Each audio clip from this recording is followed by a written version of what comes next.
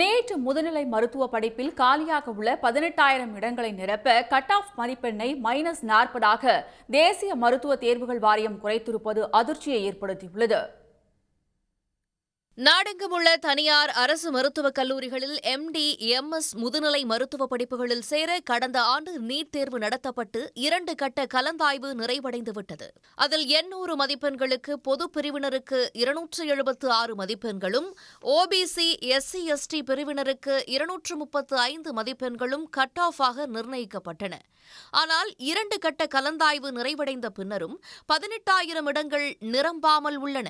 இவற்றை நிரப்ப தேசிய தேர்வுகள் வாரியம் பொது பிரிவினருக்கான கட் ஆஃப் மதிப்பெண்ணை 103ஆகவும், OBC, SC, ST பிரிவினருக்கான கட் ஆஃபை -40 மதிப்பெண்களாகவும் குறைத்துள்ளது.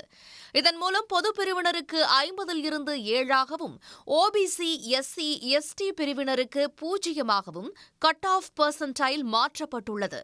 அதாவது நுழைவுத் தேர்வில் தேர்ச்சி பெறாமல் -40 வரை நெகட்டிவ் மதிப்பெண் பெற்றவர்களும் கூட முதுநிலை மருத்துவ படிப்பில் சேர வழிவகை செய்யப்பட்டுள்ளது.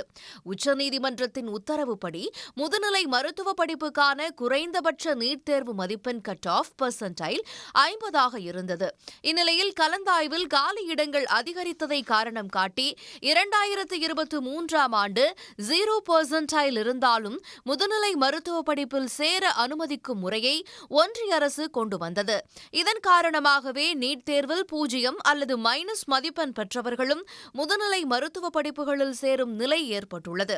இந்த நடைமுறை தனியார் கல்லூரிகளுக்கு சாதகமானது என்றும், நீட் தேர்வின் நோக்கத்தையே சீரழித்து விட்டதாகவும் கல்வியாளர்கள் எதிர்ப்பு தெரிவித்து வருகின்றனர்.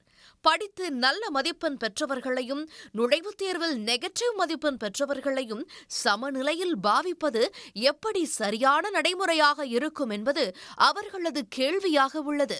உடனுக்குடன் செய்திகளை தெரிந்து கொள்ள சன் நியூஸ் பெல் ஐகானை கிளிக் பண்ணுங்க.